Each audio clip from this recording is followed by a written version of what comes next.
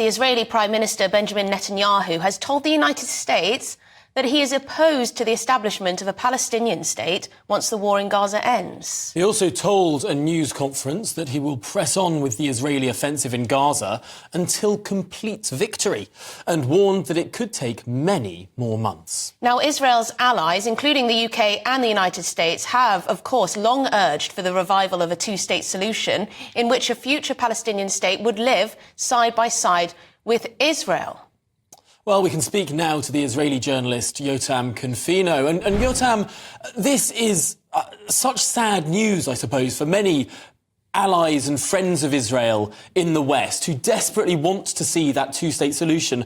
And particularly sad, given that after the Abraham Accords, and as things were getting closer to normalisation with Saudi Arabia, things really looked like there could have been a Palestinian state back on the table.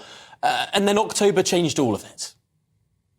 It did. It changed a lot, obviously, but I do think it's important to mention that what the international system wants and what the Israelis and the Palestinians want, it's simply not the same. We had the same dilemma when the international system kept pressing for the Palestinian Authority to be the one taking over control of Gaza. The Palestinians don't want that. The Israelis don't want that. Now we have a similar situation where the international system keeps yelling two-state solution. The Israelis don't want it. And also, if you ask the Palestinians, they don't want it. According to the most recent poll by Gallup, only a fourth of all Palestinians would like a two-state solution. And interestingly enough, it's the same when you ask the Israelis. About a fourth of Israelis would like a two-state solution. So Netanyahu is not saying anything that is very different from the Palestinians. Obviously, they would like to have, most of them have one large Palestinian state. Some would like one big state where both live. But it's not a very popular solution, this two-state solution that the international system wants.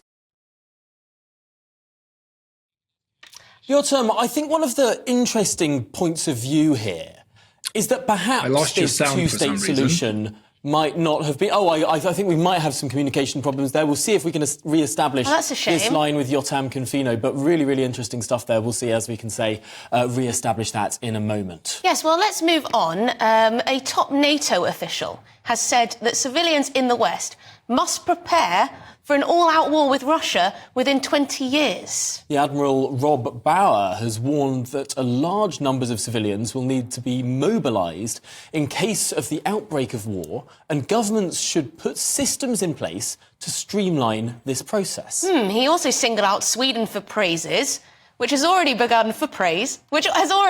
organising civil defence forces ahead of its formal accession to the alliance. So should we speak to defence analyst and former British Army officer, Lieutenant Colonel Stuart Crawford. Stuart, thank you very much for joining us. All right, Tom. Stuart, thank you very much for joining us. So we're hearing talk of a potential all-out war between NATO and Russia. What is the likelihood of such a thing? Good afternoon, and thank you for correcting the Americanisms of lieutenant. The likelihood of war happening against Russia is fairly remote, in my opinion. Because we've seen from Ukraine what a meal they're making of an attack on a relatively small and a relatively unprepared state. And I've said many times before, the thought of Russia taking on NATO is almost inconceivable because Russia would lose badly, and I think Putin knows this. However, it does no harm for the West to be prepared or to start preparations in the unlikely happening of that event. And interestingly, you'll notice that all the Baltic states and Finland and now Sweden have introduced various measures, defensive measures, against that threat, including widespread conscription. So I think that whilst the threat of all-out war is remote, and the Germans have said it could happen within 5 years, which I think is highly unlikely, but it doesn't do any harm to start preparations. What do you think to the idea that there should be some sort of level of national service, of ability to grow the armed forces and potentially the reserves, or even a sense of duty amongst young people in this country and many others like it. Is that an argument that to some extent carries favour with you? Well, there is an argument to be made there. I think, speaking as a former professional regular army officer, one would always rather have willing volunteers than pressed men, as the old saying would have it. But it's quite clear that in current circumstances, there aren't enough willing volunteers coming forward to join our own armed services. And so at some point, we're going to have to consider how we deal with this problem. Now, Defence Secretary Grant Shapps has already spoken in an aside about introduction of conscription. I think that conscription can mean all things to all people.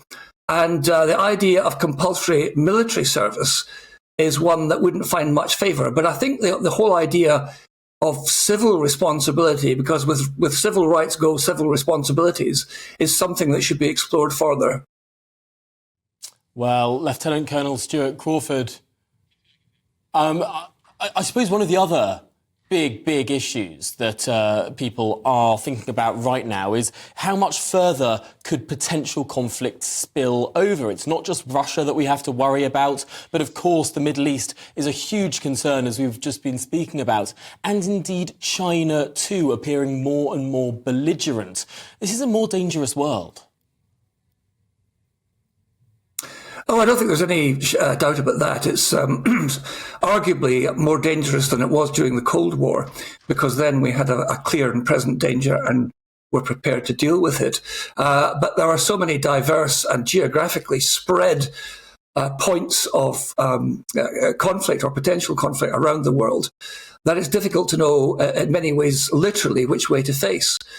So I think that Britain and her allies have to be minded, if not prepared, that they could be asked to deploy to other parts of the world at fairly short notice. Whether, of course, we can still do that with our limited armed forces is another question altogether.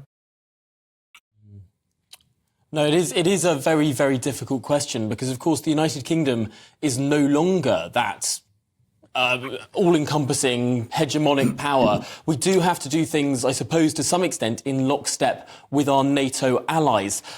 Is NATO as an alliance stronger or weaker today, given what we know is happening in Ukraine, but also given the potential disruption in the United States over the next 12 months?